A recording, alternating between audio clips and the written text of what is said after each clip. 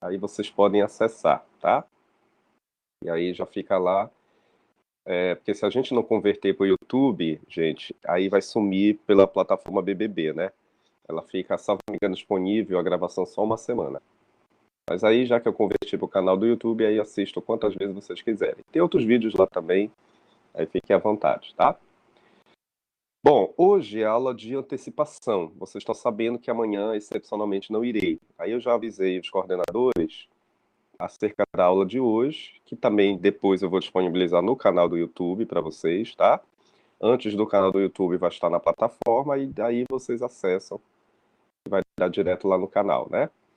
Mas hoje eu queria conversar com vocês da aula de antecipação, que amanhã vocês estão excepcionalmente liberados em virtude da aula de hoje, né? Eu queria comentar com vocês a programação dessa semana. Hoje eu vou falar dos efeitos da renúncia, tá? Vou falar algumas peculiaridades. E na quinta-feira a gente fecha esse capítulo falando do estudo da cessão da herança, tá? Talvez não, eu acho melhor nós fecharmos todo o entendimento da sessão na quinta-feira, porque aí já fica até mais direcionado para vocês, tá? Aí a gente faz a programação da seguinte forma: hoje a gente fala dos efeitos, tá? Dos efeitos da renúncia, e na semana que vem, melhor, na semana que vem não, na quinta-feira dessa semana, tá? Na quinta-feira a gente fala da sessão da herança. Aí na próxima semana, como é que vai fazer? Na terça-feira, aula presencial lá com vocês, a gente vai fazer a atividade do capítulo 3, tá? A atividade do capítulo 3 a gente já vai fazer, que é a última atividade antes da prova, já na próxima semana, na terça.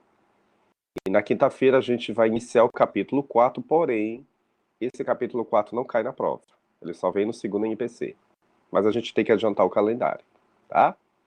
Tudo bem? Então, hoje falamos dos efeitos da renúncia. Quinta-feira a gente fala da cessão da herança. E na outra semana, terça-feira, a gente fecha com a atividade do capítulo 3. Aí na quinta, da outra semana, a gente fala do capítulo 4. Iniciando, pelo menos, tá? Tudo certo? Tudo beleza? Aí na outra semana também eu aproveito para vocês e apresento a pontuação que vocês têm direito de saber, né? Os trabalhos que vocês já fizeram. Não adianta só estar fazendo o trabalho, tá bom? Aí na outra semana eu já informo tudinho, a pontuação que vocês já fizeram. Lembrando que são 3 atividades, já contando com de terça-feira, tá? Atividade do capítulo 1, atividade do capítulo 2 e a atividade final antes da prova, que é na terça-feira que vem. Tá bom? Certo? Tudo ok? Certo, dona representante, dona Janaína, nova representante de turma? Ficamos entendidos, né? Bom, hoje eu queria falar, conforme eu já havia falado anteriormente, os efeitos da renúncia, tá? Aí na quinta-feira a gente fala da última parte, que é da sessão. Meus amigos, é o seguinte, antes de começar sobre esse primeiro efeito da renúncia, é importante que nós saibamos, só recapitulando, tá? Quando você resolve confirmar a sua habilitação, não te esquece aquilo que eu te comentei já nas aulas anteriores, né? Não vamos fugir à regra acerca do trâmite burocrático da tributação, tá? Então, nós comentamos em aulas anteriores que quando você confirma a sua condição de herdeiro, indubitavelmente vai estar associado a você a regra do imposto transmissão causa-morte, que eu comentei, que é o chamado ITCD, né? Não esqueçam, meus amigos e minhas amigas, o ITCD, ele está associado para que você se habilite no trâmite do inventário a partir do momento que você se propuser em confirmar, né, a sua condição de herdeiro. Então, eu já comentei isso nas aulas anteriores, que somente vai realizar o pagamento de imposto aquele indivíduo que, obviamente, confirmar a sua condição de herdeiro. Até porque o que nós estamos estudando, meus amigos? Nós estamos estudando o trâmite de uma habilitação sucessória que vai perpassar no interior de um inventário, tá? Só para deixar bem claro, vocês que estão aqui em sala, que nós estamos estudando sim o início de um percurso de um trâmite de inventário, que no caso é a chamada habilitação sucessória. Então, nós comentamos já isso, né? Que quando você confirma, você não vai fugir à regra de um pagamento de um tributo, no caso, o ITCD. Ah, professor, mas eu não quero a herança, eu quero renunciá-la. Terei que pagar imposto? Aquilo que eu também já comentei para vocês nas aulas anteriores, né? Obviamente que vamos abrir uma exceção à regra. No caso, precisamente falando, nós vamos te isentar do pagamento do imposto. Aí, nesse caso, você não vai pagar, tá? Porém, o que que acontece? Vocês viram, para quem esteve na aula no sábado da reposição, ou para quem já assistiu o vídeo, que nós comentamos aquela situação de renúncias ou direta ou translativa. Por isso que é importante a gente seguir todo um procedimento de cronograma, né? Por que isso? Porque a renúncia translativa e a direta também não vai fugir à regra para fins de recolhimentos dos chamados impostos. E aí você deve estar recordando que no sábado, como nós conversamos aqui virtualmente, né, na aula de reposição, que eu falei para vocês que a renúncia translativa, o camarada ou a camarada, obviamente, vai realizar uma falsa denúncia. Por que, gente, falsa denúncia? Porque a finalidade da translativa, te lembra que eu te falei? É você já indicar previamente alguém com propósito único, exclusivo, de você, obviamente, transferir uma herança propriamente dita para esse cidadão que você previamente assim apoiou, que você apontou, melhor dizendo, tá? Então, a translativa, quer queira ou quer não, é considerada uma falsa renúncia porque eu tenho que me habilitar, eu tenho que aceitar a herança no primeiro momento, com o propósito de passar adiante essa responsabilidade. Aí eu te comentei isso, só fazendo esse feedback, né? Com a aula de sábado, eu comentei isso para vocês, tá? Eu elegi, por exemplo, fulano, para que ele, obviamente, estivesse na condição de novo beneficiário. É claro que esse novo beneficiário, professor, ele vai querer o quê? Se tiver interesse em querer ficar com a minha cota, com a minha herança, também não vai fugir à regra da tributação. O que acontece, meus amigos e minhas amigas, é que no caso da translativa, te lembra? Por isso que é bom a gente fazer feedback às vezes, para vocês só relembrar o que nós já comentamos, tá?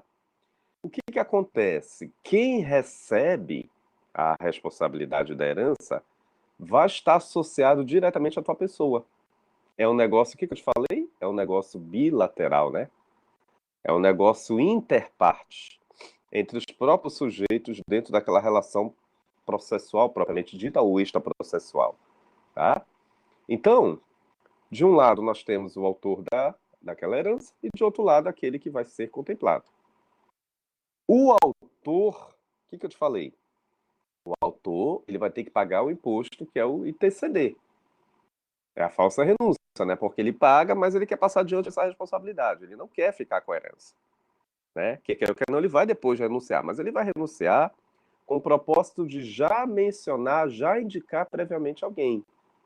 Tá? Então, por exemplo, eu estou indicando aqui, a título exemplificativo, eu estou indicando a Ana Carolina, né?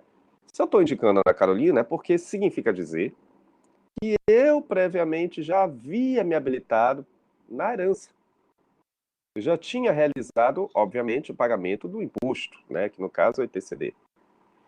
Óbvio que se a Ana Carolina se prontificar em querer ficar com o meu acervo, o negócio jurídico vai ser entre mim e vai ser entre Ana Carolina. Então, o negócio aí, galera, é o quê? É um negócio interparte, tá? Aí, professor, e a Ana Carolina, ela vai pagar imposto? O que que eu te falei no sábado? Sim. No caso da Ana Carolina, é o chamado ITBI, né? Imposto Transmissão para Bens Imóveis, para quem estiver anotando, tá? O ITBI. Por que não ITCD? Porque o ITBI é diretamente voltado para relações, para atos intervivos. Obviamente que está tendo ali uma relação entre dois sujeitos, tá? Ah, mas ela quer se associar diretamente ao espólio, então seria o ITCD, que foi o caso que eu fiz o pagamento diretamente associado ao ITCD. Então, resumo da ópera.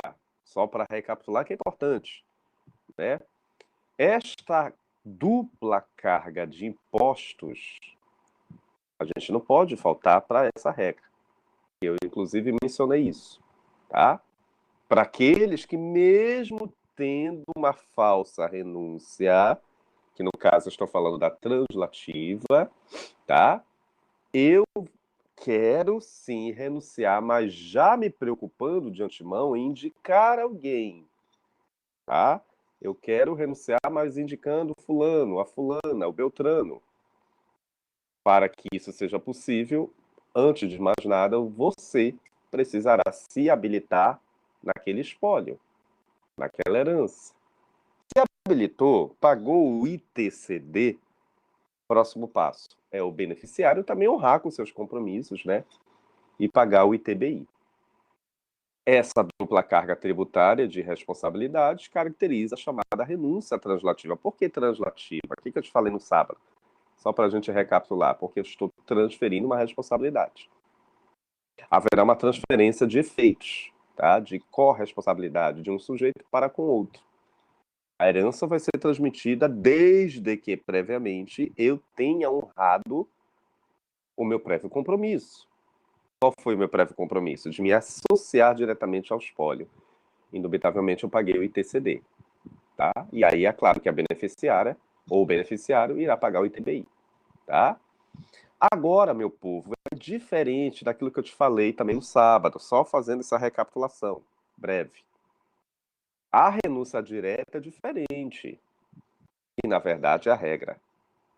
Olha, a renúncia direta, eu quero simplesmente formalizar que eu não quero a herança e eu não quero indicar ninguém. Então eu posso muito bem chegar a um cartório, ou antes disso, chegar com o meu advogado, né? Olha, doutor, é o seguinte, eu tenho interesse em não querer resgatar aquela herança, tá? Eu quero justamente me eximir dessa responsabilidade. Eu quero me isentar desse compromisso. Aí aquela minha cota vai ter que retomar para o acervo para contemplar possivelmente outros acervos, ou seja, outros herdeiros, né? Outros herdeiros para que ali possa, indubitavelmente assim, arrecadar. A renúncia direta, não esqueçam, você não elege ninguém. A tua cota volta para o acervo. Vai estar à disposição daqueles que, porventura, quiserem assim arrecadar. Arrecadar para si aquela cota. Assumir essa responsabilidade. Tá? E óbvio que vocês normalmente querem saber, sim, a renúncia direta eu vou pagar imposto? Não. Tá? A renúncia direta você não paga. Simplesmente, por mera liberalidade, eu quis renunciar. Sem querer mencionar, sem querer indicar ninguém. Tá? Diferente da translativa, porque você já indica alguém. Na direta, não. É um ato puro e simples de um sujeito que somente quer se livrar, numa linguagem coloquial, né? Quer se esquivar de um compromisso. Principalmente compromisso esse de natureza fiscal. E a cota vai ter que retomar o seu curso normal, né? Que no caso é herança, tá? Claro que o renunciante, repito, ele não vai ficar com a responsabilidade de pagar imposto, tá? Isso vocês, por favor, quem estiver em sala agora virtual, estão anotando, tá? A renúncia direta, ela descarta essa possibilidade, diferentemente da translativa, porque tanto aquele que vai renunciar quanto aquele que vai aceitar a nova cota, ambos vão ter que pagar impostos. Só que tem um detalhe. Se eu renunciar diretamente, e vamos imaginar que Ana Carolina seja minha irmã, ela já havia se habilitado na cota dela. Se ela se habilitou na cota dela, ela já pagou o imposto causa-mortes, né, gente? Que é um imposto associado diretamente ao espólio. Então, a Ana Carolina já havia pago o imposto da cota dela e também, se ela quiser, se habilitar na minha cota, já que eu renunciei diretamente, sem previamente indicar ninguém, mas se ela tiver interesse, não, eu gostaria de ficar com a cota do Ari, com a parte que condiz a ele. Não vai ter para onde correr. O que eu te falei no sábado? Eu disse para ti que quando você se propuser em querer ficar com a cota de renunciantes, não vai fugir a regra também do pagamento do ITCD. Na verdade, vai acumular, né, gente? Não sei se vocês anotaram isso no sábado, mas para quem não anotou, aproveitem agora e anotem. Também vai gerar uma dupla carga de imposto. Só que no caso aqui, para Ana Carolina, ela vai pagar duplamente o mesmo imposto, que é o ITCD. Para pensar comigo, isso não é para gravar nada, é para a gente entender. Se eu, obviamente, renunciei diretamente, eu não vou pagar nada, porque eu não indiquei ninguém. Então a minha cota vai ter que voltar para o acervo. É óbvio que a minha irmã, Ana Carolina, ela já havia pago a sua parte da sua cota. E vai querer também ficar com a minha cota. Óbvio, né, gente, que vai haver um acréscimo aí de valor, né, queridos? O valor que ela vai pagar vai ser além daquilo que ela já deveria ter pago, vai ser maior, porque vai acrescentar, né, as cotas. Ela vai pagar por uma cota adicional, posso dizer assim. Então, ela já havia pago o imposto dela e vai também pagar pela minha cota de renúncia, minha cota de renunciante, tá? Então, no final das contas, ela vai pagar uma tributação maior. Só para deixar bem claro isso para vocês, que normalmente algumas pessoas confundem. Ah, porque eu renunciei diretamente, não vai haver incidência de imposto. Não vai haver incidência de imposto para quem renunciou diretamente. Agora, para aqueles que se propuserem em querer aceitar a cota do renunciante, claro, né, gente?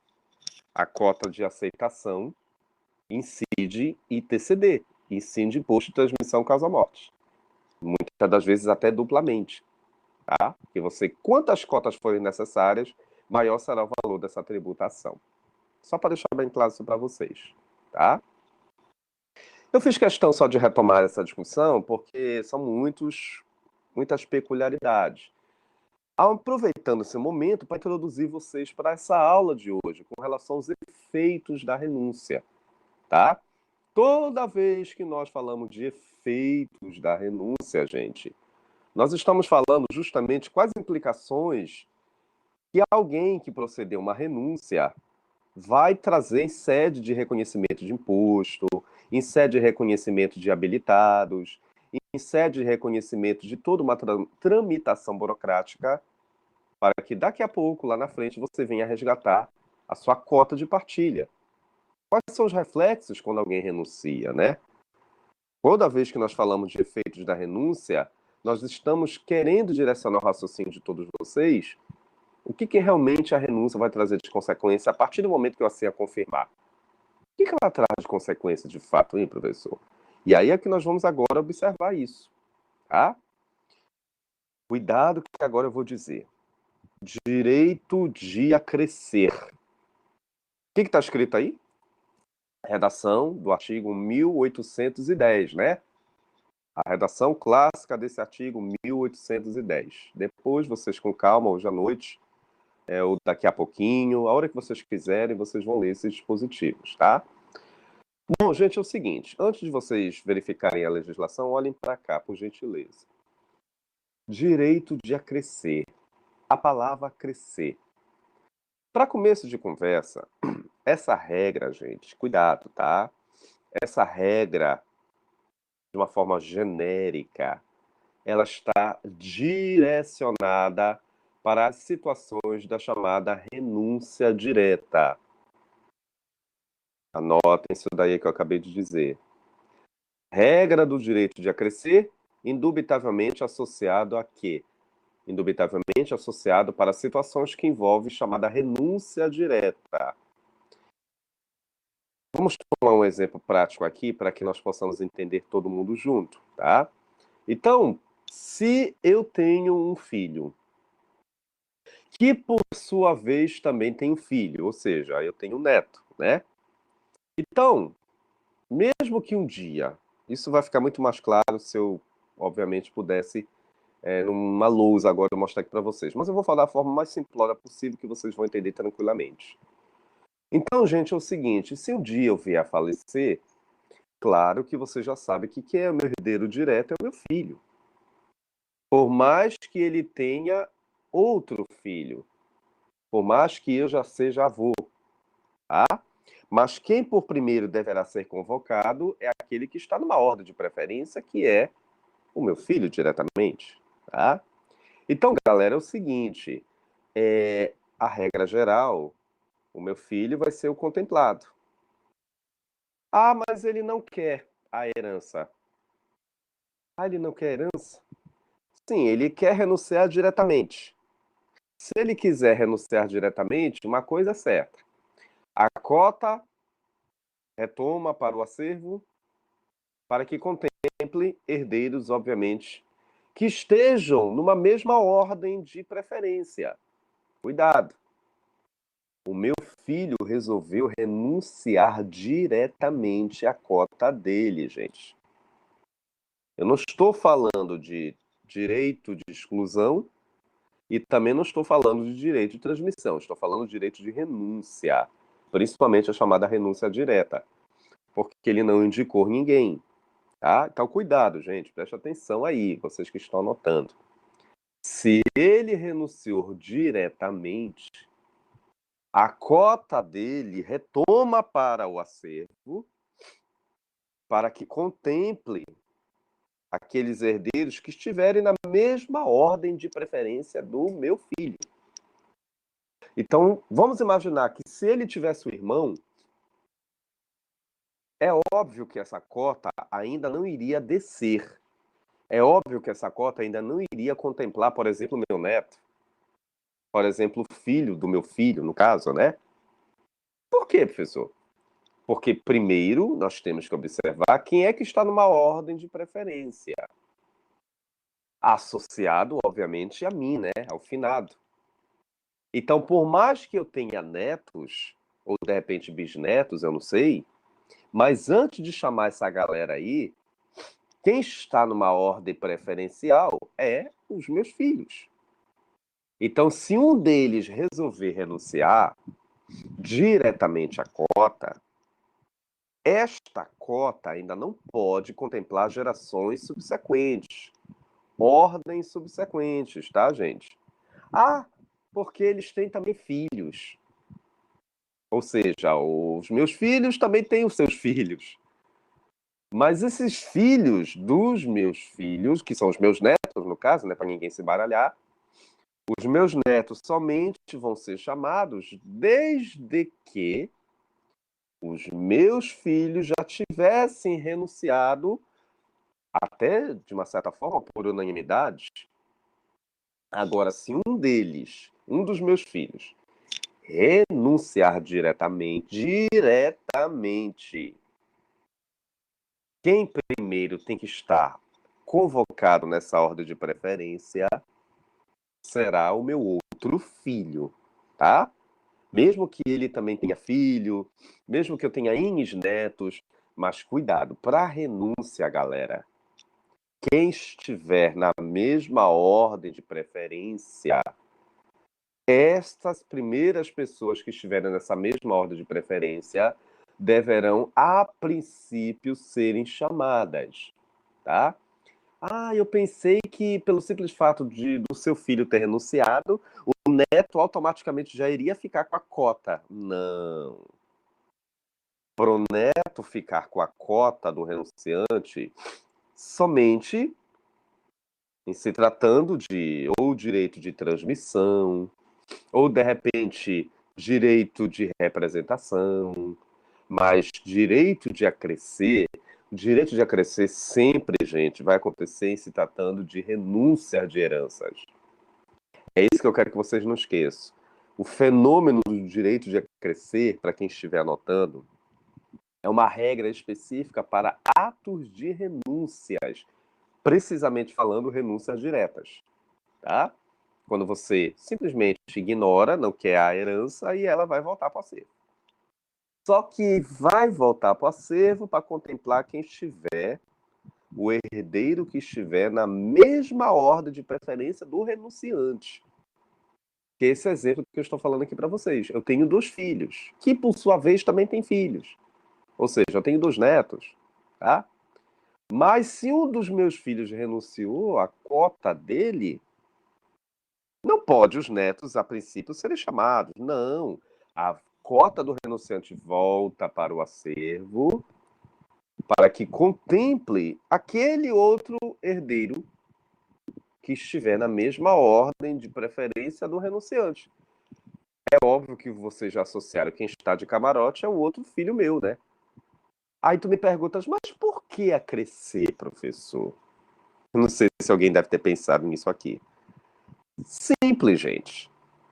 Por que acrescer? Porque você que já tiver a sua cota, você vai somar com a cota do renunciante. Haverá um acréscimo de cotas. Então, se o filho B, por exemplo, que resolveu aceitar a cota do outro irmão A, renunciante, o irmão B, que já tinha a sua cota, vai somar com a cota do renunciante do seu irmão. Haverá um acréscimo de cotas no final das contas. Aquilo que eu te falei logo no começo da aula de hoje, né? Haverá, claro, né, se você, enquanto irmão B, se propuser em querer somar as cotas, no final das contas você vai ter o quê, gente? Você vai ter uma dupla carga tributária de ITCD. Confere. Não foi isso que eu te falei anteriormente? Ora, tu já tinha a tua cota. Ah, mas eu quero também somar a cota do meu irmão. Renunciante. Ah, então você vai preparar, uma linguagem coloquial, você vai preparar o seu bolso financeiro, porque você vai ter que pagar um novo imposto de transmissão causa-morte. Você vai ter que pagar duplamente pelo ITCD. Então, no final das contas, você vai pagar mais imposto. Por isso a etimologia do termo acrescer. É um somatório de cotas no final das contas do processo. Tu vais ter a tua cota, mas tu te propuseste em querer ficar também com a cota do renunciante. Vais ter que pagar um novo imposto, que no caso é o ITCD. Na verdade, duplamente, né? Então, isso é o que caracteriza a redação do artigo 1810, tá? A partir do momento que me propuser a aceitar as cotas de herdeiros renunciantes, eu vou ter que estar ciente que eu vou ter que pagar pelos impostos de transmissão causa-morte dessas cotas desses herdeiros renunciantes. Se tornará uma onerosidade maior, né, gente? Porque, professor, eu resolvi aceitar a cota do irmão A e do irmão B. Prepara, obviamente, o teu financeiro, porque também tu vais pagar duplamente mais ITCD. Para aqueles que, obviamente, renunciaram, porque você, por mera liberalidade, também resolveu assimilar, né? Você resolveu, obviamente, acrescentar a tua cota, que tu já tinha, com a cota dos outros herdeiros renunciantes. Daí a etimologia do termo direito de acrescer. Por isso, meu povo, minha pova, por favor, não esqueçam. Direito de acrescer é um instituto voltado único e exclusivamente para situações que envolvem o quê? Para situações que envolvem renúncia, no caso especificamente renúncia direta. É a renúncia pura e simples. Tu queres renunciar sem o propósito único e exclusivo de contemplar ninguém, tá? Então, eu tenho esse veredito, essa mera liberalidade. Não quero contemplar nem o A nem o B. Eu simplesmente quero renunciar, eu quero me livrar do pagamento de imposto do ITCD, sabendo de antemão que a minha cota vai retomar ao percurso do Monte Mó. Cuidado para contemplar aqueles herdeiros que estiverem na mesma ordem de preferência. Segue, obviamente, aqueles que estiverem na mesma classe. Tu imaginas os degraus de uma escada, né? Então, se tiver gente nesse degrau primeiro lugar, essas pessoas deverão ser consultadas. Professor, mas existem outros herdeiros. Mas antes de chegar até eles, meu povo, minha pova, primeiro tu vai ter que, obviamente, ouvir aqueles que estão numa ordem preferencial. É exemplo que eu te falei, né? Eu tenho dois filhos e esses filhos também têm netos. Ah, mas um dos meus filhos renunciou. Eu vou renunciar para o meu outro filho, eu vou renunciar para o meu neto. Não pode, né? No caso aqui da direta, eu estou falando da direta, tá? A direta volta para o Monte Mor, para o acervo, volta para a herança, para que chame, para que convoque aqueles que estiverem na mesma ordem de preferência, tá? Não posso ainda chamar uma classe subsequente, não posso chamar uma nova classe, porque existe uma classe que ainda não finalizou o seu desfecho com relação a quantitativo de herdeiros, tá? Isso é importante que Vossas Excelências, por favor, não esqueçam. Eu tenho dois filhos A e B. Se um deles renunciar, antes da cota do renunciante descer para contemplar outros novos herdeiros, calma. Primeiro, vamos ter que verificar se existem ainda herdeiros que estão na mesma classe, na mesma ordem de preferência.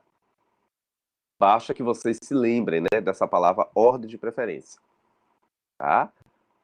Agora, um aluno uma vez me perguntou: não, mas eu quero contemplar netos. No caso da renúncia translativa. A renúncia translativa é uma outra justificativa, aquilo que eu te comentei. A renúncia translativa é possível, mas levando em consideração, respeitando também as cotas, né, gente? Ainda tem esse detalhe, tá? Para a regra da renúncia translativa, ainda bem que vocês estão em sala. A renúncia translativa, eu preciso também respeitar as cotas dos outros herdeiros, principalmente necessários, né, gente? Eu não me lembro se eu falei isso sábado, mas se eu não falei, eu tô falando agora, tá? Você pode até realizar uma renúncia translativa, mas desde que você não desrespeite, né? Desde que você não venha infringir as cotas dos herdeiros também necessários, porque normalmente nós verificamos muitas irregularidades na prática. Porque muitas das vezes você dilapida uma cota sua, mas não oferece, a princípio, para um outro herdeiro necessário. Muitas das vezes você acaba ofertando para terceiros estranhos àquela relação jurídica que não tem nada a ver. E aí você já viu no final das contas. Isso lá na frente é objeto de anulação de um negócio jurídico. Porque você quebrou o compromisso do direito dos herdeiros necessários de terem à sua disposição, né, uma cota propriamente dita, tá? Mas isso lá na frente eu vou explicar melhor. Mas antes de mais nada, não esqueço. Direito de acrescer. Eu vou somar a minha cota com a cota do renunciante, porque eu, por mera liberalidade, professor, eu resolvi me habilitar na cota do renunciante. Ninguém me obrigou a nada, a partir da minha iniciativa, tá? Eu, indubitavelmente, me prontifiquei. Resolvi confirmar a cota do herdeiro renunciante. Agora, se ocorreu a mera liberalidade, se eu confirmei, já sei que eu não vou fugir da regra da tributação dupla ou dupla carga de tributação. É o que nós verificamos muito, né? E isso daí não pode deixar de não observar, tá? Outra coisa que olhando aqui para vocês me fez lembrar também uma importante informação, gente.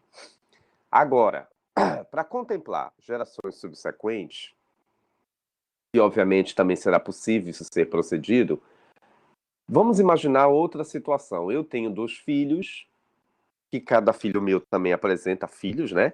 Ou seja, eu tenho netos. Agora, é possível que essa primeira classe, essa primeira ordem de preferência, que são os meus filhos, meu povo, minha pova, é possível que esses meus filhos, anotem, por unanimidade, resolvem, indubitavelmente, até renunciar às suas cotas partes. Interessante, né? Eu tenho dois filhos, que todos, ambos, né? Os dois, resolveram todos renunciar às suas cotas. É a chamada renúncia total. da herança. E aí, professor? Os seus filhos resolveram renunciar por totalidade à herança, na integralidade à herança, por completo. E agora? Se, de repente, todos daquela mesma classe resolveram, por unanimidade, renunciar, agora sim, né, gente? Agora nós vamos ter que convocar as novas ordens subsequentes. Por favor, galera, nós temos que voltar para a regra do artigo 1829, que é a regra da legítima. É bom vocês não esquecerem isso. A renúncia unânime por todos aqueles que estão numa ordem, claro que vocês vão dar continuidade à regra da sucessão legítima. Quem é que está numa ordem de preferência agora? É a próxima classe. É a próxima ordem. Tomara que eles também assim se prontifiquem, né? Tomara que essa próxima ordem também exista. Porque a gente está seguindo o percurso da ordem da legítima. Começando pelos descendentes. Sempre lembrando aquela velha regra que eu já falei, inclusive, em sala. Os mais próximos, não é isso que eu já falei para vocês? Te lembra? Os mais próximos preferem os mais remotos. Ah, porque eu tenho netos, eu tenho bisnetos. Calma. Mas antes de convocar os teus netos e os teus bisnetos, primeiro tu tens que convocar os teus filhos. Eles estão na ordem de preferência. Tá? Então isso é importante a gente não esquecer. A gente está seguindo a regra da ordem de preferência do 1829. Mas agora é uma situação bem interessante. Essa galera aí da primeira ordem, de uma ordem preferencial, todos, por unanimidade, meu povo, minha pova, todos resolveram simplesmente renunciar às suas cotas. Resultado final, temos que chamar a ordem subsequente, tá? Ou seja, aqueles que estão numa próxima ordem, para que eles também se habilitem, tá? Então, isso é um fato curioso, inclusive está prescrito aí na redação do teu artigo 1811, só para deixar bem claro isso para vocês, que é um fato, muitas das vezes, direto, né? Aqueles herdeiros que, obviamente, se propuserem por unanimidade, vamos agora para a próxima ordem.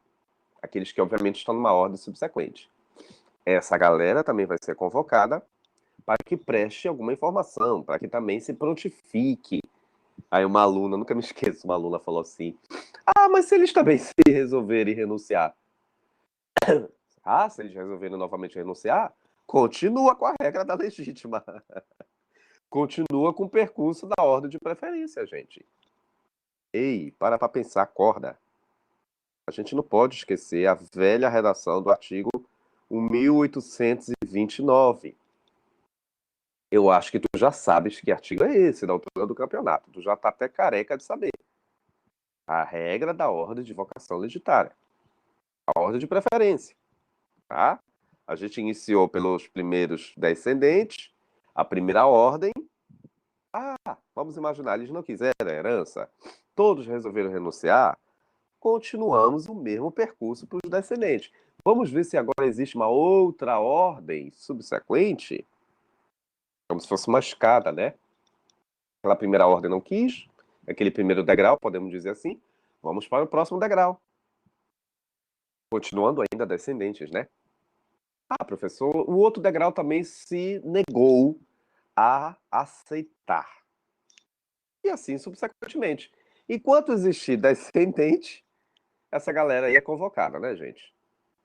Da feita que não existir mais descendentes, continuando o nosso percurso lá da redação do artigo 1829. Não tem mais descendente? Então nós vamos subir. Será que tem ascendente? E aí segue, né? Não tem ascendente. Aí vamos ver se tem cônjuge sobrevivente ou companheiro. Professor, não tem. Então vamos para a última ordem. Colaterais. Até quarto grau. E assim subsequentemente. Tá? Eu só quero que Vossas Excelências não esqueçam que é importante, por isso que é importante vocês estarem aqui. Tá? Para que vocês assimilem a seguinte informação. A renúncia unânime proporciona o chamamento de outros herdeiros de classes distintas. Isso cabe até uma óbvio, né? A renúncia unânime de uma classe proporcionará a convocação de outros herdeiros de outras classes subsequentes. Só para deixar bem claro isso para vocês, que normalmente as pessoas gostam e querem saber essa informação. Tá? É uma sequência. Nós estamos tratando uma ordem. Primeira se negou, partamos para a próxima ordem. Ah, professores também se negaram. E assim subsequentemente. Enquanto existir herdeiros nessa ordem, dessa preferência, por exemplo, dos descendentes, não existe mais descendentes. E aí a gente segue novos percursos. Contanto que alguém vai ter que se predispor, né? Se de repente todos de repente se tiverem renunciado, diante da certeza da constatação que não existe mais ninguém, quem está de camarote é o Estado, né? O Estado está ali só esperando o momento para futuramente arrecadar. Tá? Portanto, direito de acrescer. Duas importantes informações que vocês devem anotar. Primeira, regra obrigatória atrelada para a situação de renúncias diretas da herança. Renúncia pura e simples. Cuidado, que a OAB não vai colocar renúncia direta. Ela vai colocar renúncia pura e simples. Renúncia pura e simples. Eu não quero indicar ninguém. Simplesmente eu quero me esquivar. Eu quero me livrar do compromisso. Sem indicar ninguém. E se não indicar ninguém, a minha cota vai ter que voltar para o acervo. Vai estar à disposição de qualquer outro herdeiro. Tá? A segunda informação, por favor. Diante de uma renúncia por unanimidade, né, gente? Aí não tem para onde correr. A gente vai ter que convocar, nós vamos ter que chamar herdeiros que estiverem em uma nova ordem de preferência. Uma ordem subsequente. Tá? Aquela galera ali daquela primeira ordem não quis? Beleza, então vamos convocar a próxima ordem. A gente faz aquela associação com o mascara. Você já sabe os degraus do mascara. Tá? Professor, eles também, nessa nova ordem, se propuseram em querer não aceitar. Daremos seguimento à redação do artigo 1829. Se não ocorrer, se não existir mais descendente, sobe e assim subsequentemente. Direito de acrescer a renúncia. Tanto contempla descendentes, ascendentes, colaterais, cônjuge ou companheiro. Uma vez uma aluna me perguntou, porque o direito de acrescer só contempla descendentes? Não, necessariamente. Se existir descendentes, aí é beleza, né? Se torna até mais simplório de entender, porque a gente segue aquela velha regra, os mais próximos, como já havia falado anteriormente, né? Os mais próximos seguem os mais remotos. É aquela velha regra, aquele velho chavão popular. Considerando que ainda existem descendentes, né, gente? Para fazer figa, tomara que ainda exista descendente. Mas se não tiver, continuamos a redação do percurso do 1829. Aí vamos ver se tem ascendentes e por aí afora, tá? Mas, por favor, não esqueça essas duas importantes discussões, observações. Direito de acrescer, obrigatoriamente, para a renúncia direta e levando em consideração a renúncia unânime se de repente acontecer. Aqueles que estão numa mesma ordem deverão, se for uma renúncia unânime, tu já sabe, vai contemplar a ordem subsequente. Cuidado, renúncia unânime. Todos se prontificaram em não querer a herança. Ocorreu uma unanimidade em repudiá-la. Não é só o Ari que quis, não é só a Ana Carolina que quis. Foi o Ari, a Ana Carolina, foi o fulano. Todos daquela ordem simplesmente renunciaram à sua herança. Aí vamos para a próxima ordem ou próxima classe. Eu ia me esquecendo. Olhei para vocês e agora me lembrei. Não esqueçam, galera e galero, esses novos herdeiros que forem chamados diante de uma renúncia por unanimidade, no caso os netos, né? Já que eles estão numa nova ordem, né, galera? Esses netos, eles vão herdar a herança dos renunciantes por unanimidade, os renunciantes, né? Esses netos vão herdar sim a herança. Eles vão herdar por direito próprio ou por cabeça. Agora eu peço até licença para vocês. Eu não sei se eu coloquei essa informação aqui no roteiro, né? Só para depois dizer, o professor não leu o roteiro. Não, tá aqui, eu tô com o roteiro aqui, né? Mas eu acho que, como bom professor, modéstia à parte, eu coloquei a redação, tá aqui, ó. Direito próprio por cabeça, não foi isso? E a redação, dona Janaína, do artigo 1811, né? Que está aí no material de vocês, tá? O que é o direito próprio por cabeça? É a possibilidade de você estar convocando aqueles herdeiros que irão receber a herança daqueles anteriores herdeiros que pura e simplesmente, por unanimidade, resolveram renunciar. Olha, eu estou explicando bem calmo para vocês anotarem. Eu sou legal, vou voltar a falar isso de novo, vou repetir. Direito próprio por cabeça, professor, são aqueles herdeiros de outras classes ou de outras ordens que vão ser convocados porque antes disso ocorreu uma renúncia da classe anterior, da ordem anterior, de herdeiros por unanimidade. É o velho exemplo que eu já falei. Os meus dois filhos simplesmente renunciaram às heranças deles. Os netos vão ser chamados para serem habilitados. É o direito próprio por cabeça. Próprio. Por que próprio? Porque existe também aí uma identidade. Existe aí uma identificação enquanto pessoa herdeira. Eu reconheço, eu não, né? A lei reconhece os netos como legítimos. São herdeiros que também têm todo a seu dispor a oportunidade também de resgatar uma herança dos renunciantes anteriores, que são seus pais. Então, eles têm identidade.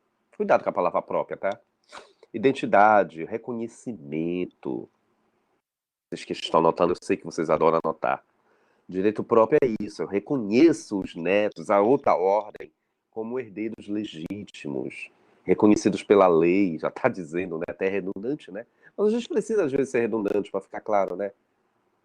Herdeiros legítimos, porque a norma jurídica reconhece o João e a Maria como netos do Ari. Eles herdaram por direito próprio. Próprio porque eles são herdeiros reconhecidos pela lei. E por que por cabeça? Cabeça é o quantitativo de herdeiros contemplados daquela nova ordem. Então eu tenho 2 netos. A cota, indubitavelmente, vai ser revestida para quantos? Para 2. É o quantitativo, por cabeça. Então, além deles serem reconhecidos pela lei, que é próprio, existe também um quantitativo de indivíduos. Que no caso aí são 2, né? É a nova ordem que está ali apresentando 2 novos herdeiros. Tá? Por favor, gente. Não esqueça. Direito próprio por cabeça diante de renúncia unânime da geração anterior. A geração anterior, por unanimidade, não quis a herança. A herança tem que buscar a nova ordem, tem que buscar a nova classe subsequente. Tomara que essa classe exista. Porque se existir, eles vão herdar por direito próprio por cabeça. Próprio porque tu já sabes, né? São reconhecidos pela lei. E por cabeça, porque leva em consideração o teor quantitativo de herdeiros. Quantos herdeiros, na verdade verdadeira, vão arrecadar aquela herança? Professor, são 3. 1/3 para cada, então. Professor, são 10. 1/10 para cada. E assim, o quantitativo vai nos informar. E a redação do artigo 1811. Tá? O quantitativo de herdeiros com base justamente na sua existência, para que venha arrecadar aquela cota propriamente dita que era da geração anterior. Só para deixar bem claro que os legitimados da geração anterior, se eles não tivessem renunciado por unanimidade, meu povo, minha pova, É claro que eles iam arrecadar a herança, óbvio, né, gente? Só para deixar bem claro isso para vocês. Mas eles resolveram todos renunciar. Convoque-se a próxima ordem. Aí vem a regra do direito próprio por cabeça, tá? Eu sei que são muitas informações, mas o direito próprio por cabeça não tem nada a ver com o direito de representação por estirpe. Lembra do direito de representação por estirpe, gente?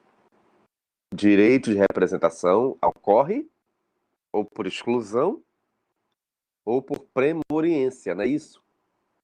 Isso tu já sabes, né, criatura? Eu já te falei isso em sala, tá? Ah, porque o camarada já era falecido antes do autor da herança, lá no passado. Tudo bem. As gerações subsequentes, os netos, por exemplo, nesse meu exemplo aí, eles vão ser chamados por direito de representação. O neto vai simplesmente dizer: olha, estou aqui representando o meu pai, porque se vivo ele estivesse, indubitavelmente ele iria arrecadar essa herança. Mas o meu pai já era falecido antes mesmo do autor, do meu avô. Premoriência. A regra da premoriência, tá? Então, direito de representação por estirpe não tem nada a ver com direito próprio por cabeça, né, meus amigos? Vocês que já participaram das aulas anteriores. Direito de representação por estirpe diante da situação de premoriência ou exclusão. Direito próprio por cabeça diante de quê? Renúncia por unanimidade. É a chamada renúncia direta. Onde está isso? 1811. Redação clássica. Todos aqueles que renunciaram por unanimidade convocam-se à ordem subsequente, que vão herdar por direito próprio, porque são reconhecidos pela lei, por cabeça, que leva em consideração o teor quantitativo de herdeiros. E é o que nós temos que levar em consideração. Tá? Então, essas nomenclaturas são importantes. Direito próprio por cabeça é uma coisa, direito de representação por estirpe é outra, direito de transmissão também, que tu já sabes, é outra coisa. São situações que uma não tem nada a ver com a outra. Ah, porque. Não. Cada uma com a sua regra específica. Cada uma com a sua peculiaridade. Uma coisa não tem nada a ver com a outra, criatura. Só para deixar bem claro isso para vocês. Tá? São institutos distintos. Representação por estirpe é uma coisa, direito de transmissão é uma coisa, direito de acrescer é outra, ou direito próprio por cabeça, no caso, né? São três regras distintas. E aí vocês já sabem quais são as grandes situações que diferenciam uma da outra. Direito próprio por cabeça é uma coisa, representação por estirpe é outra e direito de transmissão. São três institutos distintos. E aí você já sabe diferenciar, tá? Quem mais, professor, que nós temos aqui no roteiro? Bom, além do direito de próprio por cabeça, que eu coloquei aqui no roteiro dos senhores e das senhoras, né? Renúncia para testamento. Claro, né, gente? Eu não vou só renunciar em se tratando de herança legítima. Eu também posso renunciar em herança a testamento. Hoje, por exemplo, dia 14 de março. Vou tomar alguém aqui como exemplo, tá? Vamos supor a Stephanie. A Stephanie resolveu perante o magistrado, depois que o juiz leu o testamento, leu as convenções, ela simplesmente formaliza com o judiciário o seu ato de renúncia à herança. Ah, então ela quer renunciar diretamente. No caso, ela enquanto testamenteira, né? Perfeito. A Stephanie resolveu simplesmente se retirar da sucessão. Só tem um detalhe. A cota da Stephanie, para onde vai? Mesmo que ela tenha uma filha, será que já vai reverter diretamente para a filha? Calma, é a mesma regra que nós já discutimos. Primeiramente, a cota do renunciante vai ter que voltar para o acervo para contemplar os herdeiros que estiverem numa ordem de preferência. Só que aí é o detalhe, já que nós estamos falando de testamento, não é a filha da Stephanie que, obviamente, regra geral, que já vai ser contemplada pela cota da mãe. Não. Nós temos que observar que agora é uma regra específica em sede de testamento. Quem tem que ditar as rédeas é o testador. Se ele não tiver formalizado nenhuma cláusula de substituição, por exemplo, caso a Stephanie venha renunciar à sua cota, que se reverta a cota para o Stephanie Júnior, que é o filho. Se eu não tiver mencionado nenhuma redação de substituto legal, gente, a cota da Stephanie vai ter que voltar para o acervo, né? Para contemplar quem? Para contemplar os herdeiros do testador. Volta para a regra da legítima, que é a regra geral. Então não é a filha da Stephanie que vai, a minha mãe renunciou. Não, não, não, não. Aí é uma renúncia direta, né? Ela simplesmente renunciou com propósito de contemplar, obviamente, né? No caso aí, já que a cota vai retomar para o acervo, vai contemplar os herdeiros meus, enquanto testador, tá? Somente, repito, a filha da Stephanie teria uma parcela de contribuição, iria arrecadar aquela herança se eu tivesse em vida deixado isso muito bem delimitado, por expresso, formalizado bonitinho, né? Caso ela venha renunciar, que converta para algum outro substituto. Mas já que eu não convencionei nada, tenha certeza que a cota dela que vai ser renunciada volta para o acervo para contemplar os meus herdeiros legítimos. Isso que, obviamente, a gente não pode esquecer. Por isso que eu coloquei aqui no teu material, né?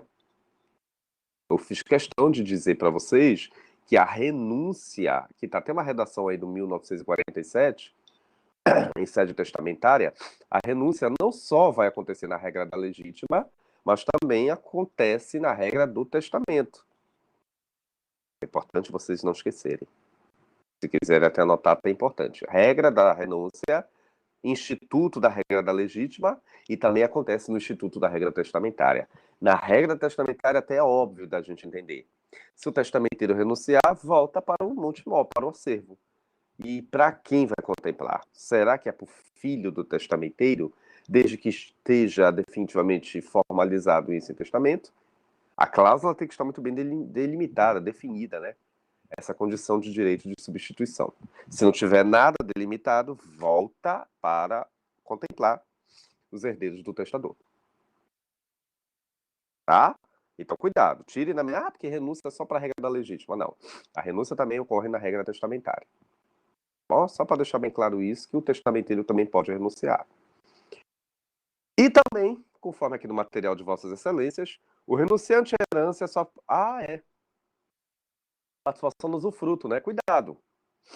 Tomando aqui, por exemplo, a Stephanie novamente. Professor, eu quero renunciar à minha cota.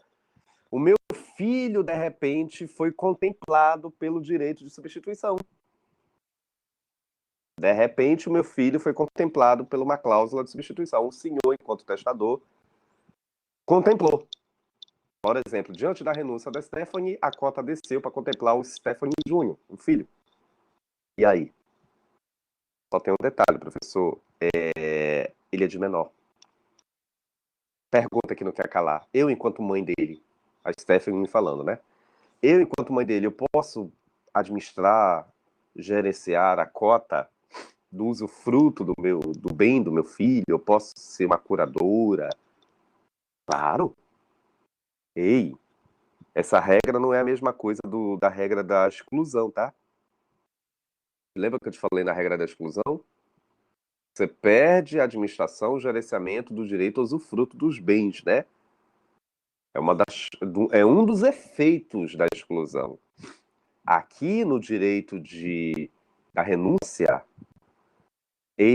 a Stephanie renunciou, foi a sua parcela de participação na herança, mas ela não renunciou à sua pessoa, enquanto mãe, até mesmo enquanto herdeira.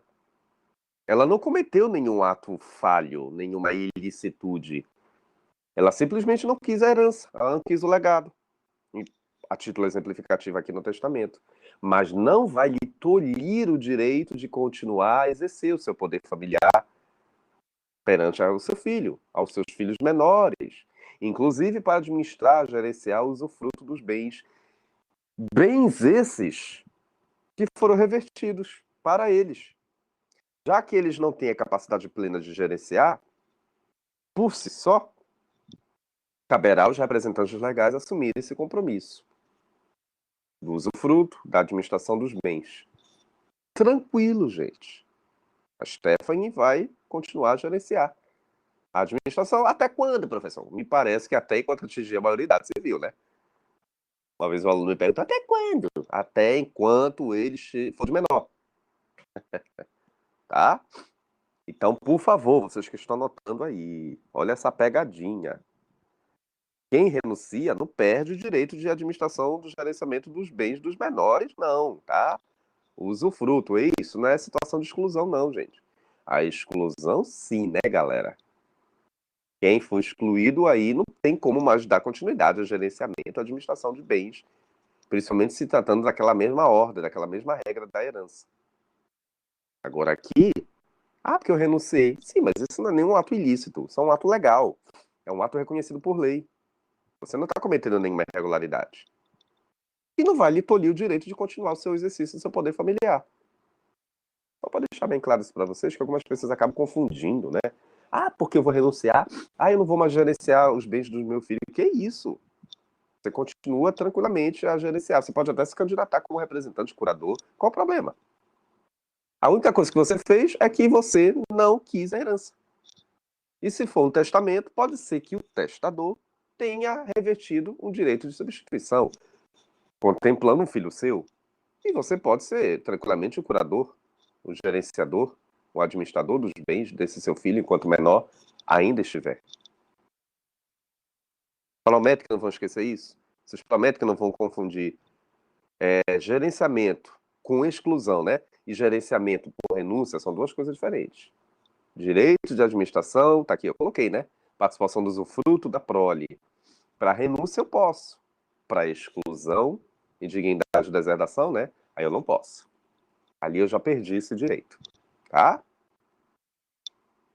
Para a gente fechar a nossa aula de hoje, é a mesma regra da aceitação.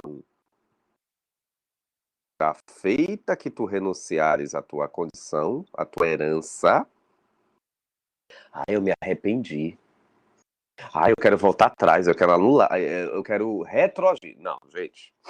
Da feita que você renunciou, se tornou um ato jurídico perfeito, indubitavelmente não tem como mais revogar. Te lembra que eu já te falei isso para aceitação, né, gente? Essa regra também se aplica para renúncia.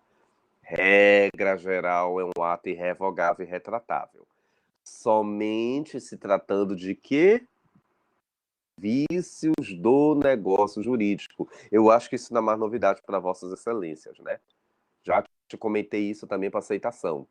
Diante de uma certeza de vícios, e eu sou tão bonzinho, né? Porque eu coloquei no material, tá aí, ó. 171, inciso 2, são os vícios de consentimento. Vício de consentimento, professor? Sim, gente. Erro, dolo, coação, fraude. Te lembra disso? Isso não é mais novidade para vossas excelências, né? Principalmente a fraude. Abre-se uma exceção à regra. Você renunciou? Sim, eu renunciei, mas com o propósito de prejudicar alguém. Aí sim, se é um vício, esse vício deve ser discutido na via judicial com o propósito de anular. Aí sim, abre-se uma exceção à regra, tá? Se não tiver ocorrido nenhuma irregularidade nessa tua habilitação, é um ato irretratável e irrevogável. Aí não tem como mais voltar atrás. Somente eu vou revogar, somente eu vou anular em se tratando de comprovação de vícios. Como é que você realizou essa renúncia? Como é que você realizou essa aceitação? Foi com subterfúgios? Foi com atos irregulares? Aí me desculpa, né, gente? Aí isso vai ter que ser anulado lá na via judicial competente. Abre-se uma exceção com a real comprovação desse vício. Fora disso, é um ato irretratável e irrevogável. Tá? Beleza? É a redação do artigo 1812, que você já tinha lido comigo e aqui eu só estou reforçando, tá? Conforme eu já havia prometido, né? A nossa aula hoje foi até 16 horas. Aqui o meu é 16 horas e 19 minutos. Falta só um minuto. Antes de fechar, não esqueço. Quinta-feira a gente vai fechar com sessão da herança presencial, tá, galera? Eu já estou com saudade também de vocês, né?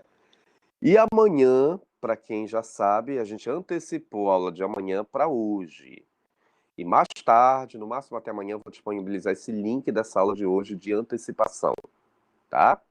E aí vocês vão assistir depois, quantas vezes quiserem lá no canal do YouTube, tá bom?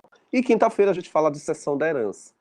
E na próxima semana, terça, é a nossa atividade. Terceira, última atividade, que é do capítulo 3. Aí eu já apresento para vocês as pontuações gerais, tá bom?